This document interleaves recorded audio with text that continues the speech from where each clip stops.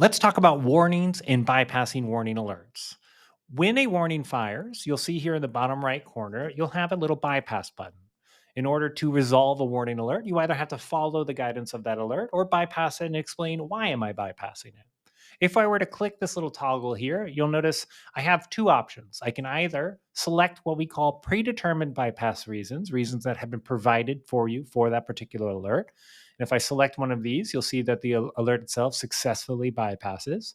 Or you can come down to the user defined field here and type in my own reason or whatever reason you're providing for bypassing that particular alert, and it will be successfully bypassed.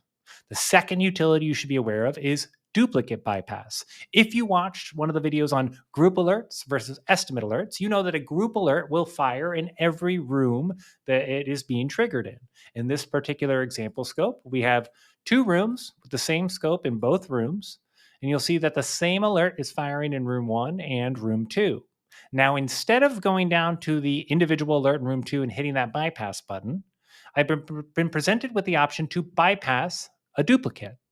So when I click this, I want you to watch actually the middle of the screen down here, because the second I click it, it automatically applies my bypass and particular bypass reason to that group alert everywhere else it shows up in my particular scope. If I had 10 duplicates, 10 rooms with the same scope, and the rule fired 10 times, I would be able to bypass it, the original rule, and the 9 duplicates with a matter of 2 to 3 clicks there. Now, the last tool to be aware of is called bulk bypass. Up here in the top section of the XactXpert inspection engine drawer, you'll see a filter button as well as a bypass and a reset button. I'm actually going to click this one right here straight up to just select all of the alerts and the warnings. It's selected all the ones I've bypassed and the unresolved warnings as well.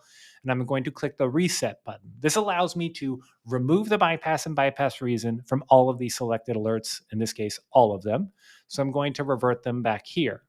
When I click this little filter button here, I have the option to either select all of the unresolved or just show me all of the unresolved. Now, when I click it, it will select all of the unresolved. Or, for example, I can filter to only show me the rules that I've bypassed. Now, in this particular scenario, we haven't bypassed anything yet. You can click the X to close the filter. Let's go ahead and provide one bypassed rule here. We're not going to duplicate bypass yet. We'll come up here to show you unresolved. I can now select all of my unresolved alerts and apply a bypass and bypass reason. Or I could, for example, just show me the ones that I've bypassed to be able to look at that. And at any time, selecting all, let's go filter for unresolved, select all the unresolved, bypass, done with scope, yes. You'll see that I've just applied the done with scope to all of the alerts that I had previously selected here. So this explains the bypass utility, the duplicate bypass utility, and the bulk bypass utility, all things you can use to help you fly through your scope when estimating through the actionable profile.